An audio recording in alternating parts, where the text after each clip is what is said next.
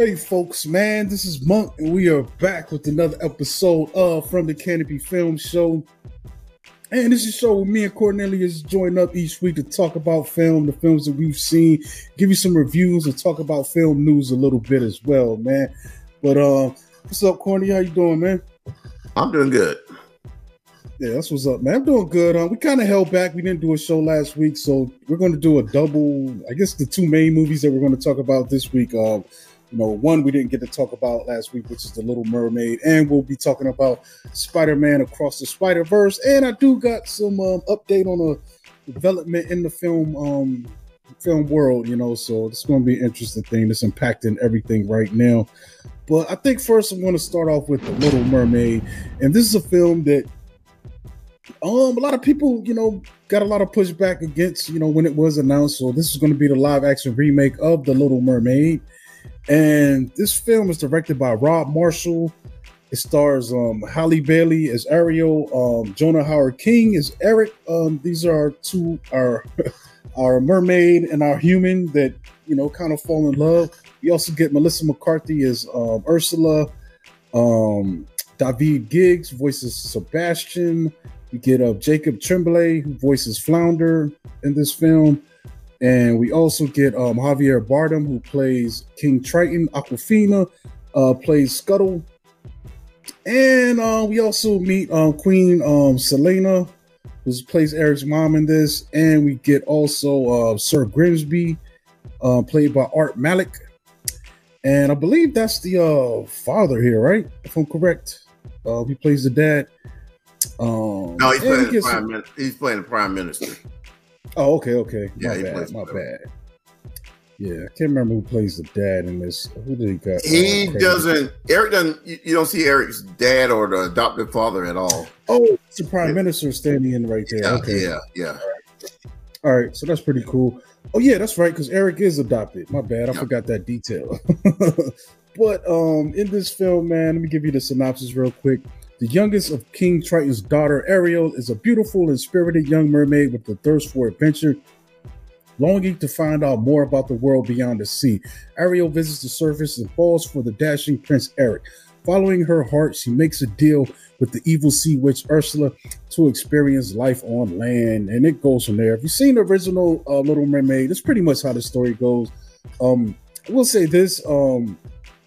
This is a really big budget production, man. I don't think the trailers that we saw earlier do the film justice. I thought this thing was really beautifully animated and well acted, man. I really appreciated Halle Bailey's Ariel. I think she did a great job playing the character, especially on the singing part, because I think she kind of blows the original singer out the water. Not to discredit her, because I think the Little Mermaid original version is a really great film. But to redo this and do it in a way where it didn't feel like just a straight up money grab, where they actually did put some effort and artistry into bringing this thing to life. I thought that was really good to have her play this role, and she did a really good job as this. And I really love Melissa McCarthy's Ursula.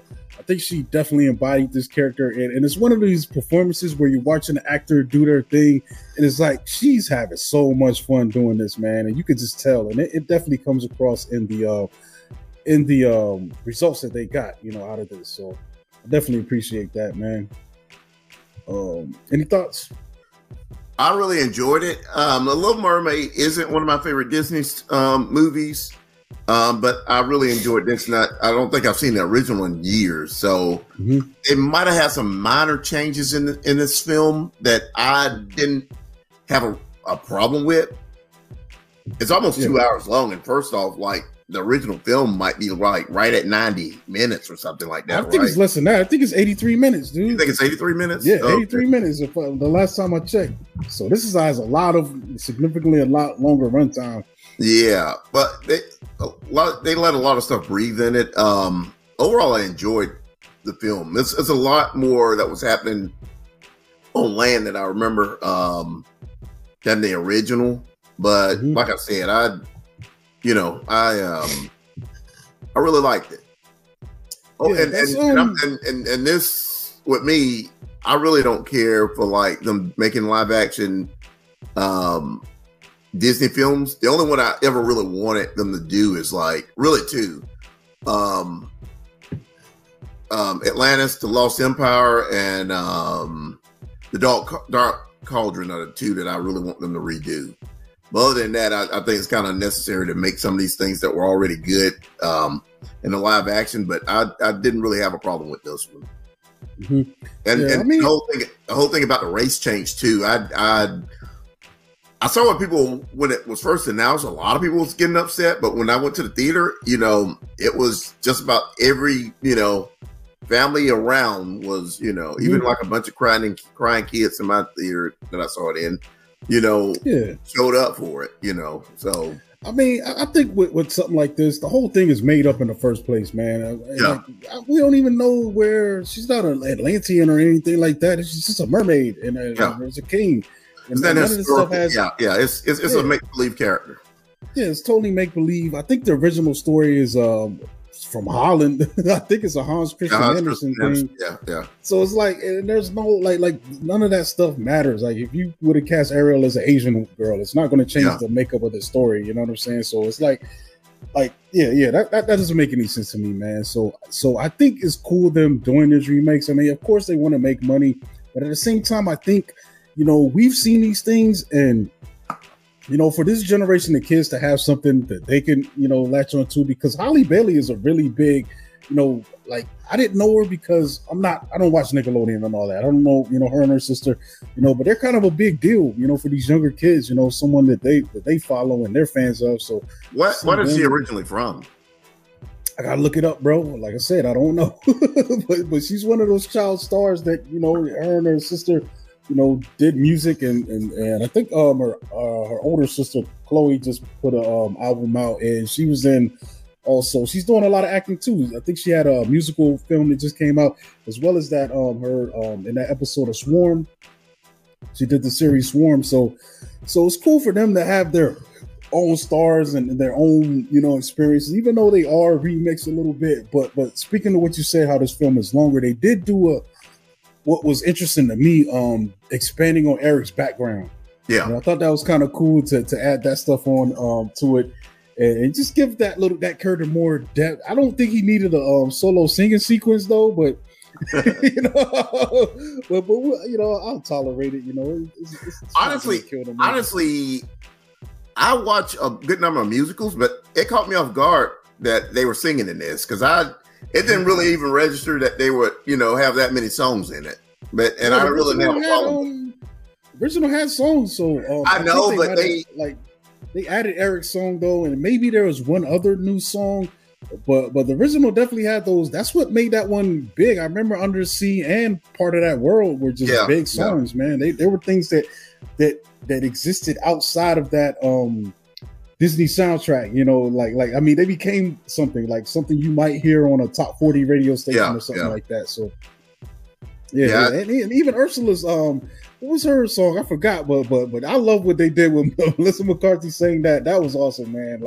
It worked for me because I'll tell you what, man, I got the chills, man, when she sang Part of That World. I was like, yo, this is crazy. And speaking of, the special effects and all that, I thought that was really dope because the trailers that we got at first were really dark and everyone's like, oh, they must be hiding how bad the quality of this looks because it's so dark. But once you get into the film and you see how really bright and vivid and colorful that world is, because even Part of That World, there's that part where those pink jellyfish started floating. I was like, man, this is crazy. This is giving me Avatar vibes a little bit. This is one I didn't get to see in 3D. It was available in 3D, but I kind of hate that I didn't see it, in that format. Mm-hmm. Yeah, I saw this one in 3D, man. So I was there. Yeah, I was in that time. This is working for me, man. Oh, okay. It was good, dude. Yeah, I had a good time with it. I could recommend it, man. It's definitely. I think it's on the upper end of the Disney remakes. I still think so far my favorite one is probably Aladdin that I had the most fun with. I forgot about Aladdin. Yeah, I didn't have a problem. I like Jungle Book a lot too, man. And then but I would probably go maybe Aladdin, Jungle Book, this, and then Lion King. So, I didn't care much for the Lion King remake. Mm-hmm. Yeah, I like the Lion Beauty and the King Beast so a little bit much. more than I did. I like Beauty and the Beast a little bit more than I like Lion King. I haven't seen Beauty and the Beast, but biggest gripe about Lion King is that it was too close to the original. It's almost shot for shot. It's like, why do it? Like, if you're going to just do the same exact, like, even though Mermaid definitely has some lines and dialogue and some scenes that were like shot for shot. I mean, also speaking of support cast, I like David's Sebastian. I thought he was all right, man. A lot of people were complaining about his accent. I don't think his version of Under the Sea slapped as good as the original, but I'll tolerate it. But I did like what's your name's For some reason, I only thought Sebastian was a lobster instead of a crab, though. Yeah, he's a crab. Yeah. Okay. Somebody would have got me on a damn Mandela effect on that one, because I couldn't really remember, you know. Yeah, and what's her name was a bird, Aquafina. I thought she did good, but my only complaint about her animal buddies was they were just too realistic. I thought they could have benefited from some cartoony kind of mouth and eyeball expressions to really help convey the emotions a little bit better, you know. But it was all right. Yeah. So I liked it, man. You know what I'm saying? I think it's something that people are going to take a. Like, it's going to be one that has some lasting effect, because they did great at the box office too, man. So they're off to a good start.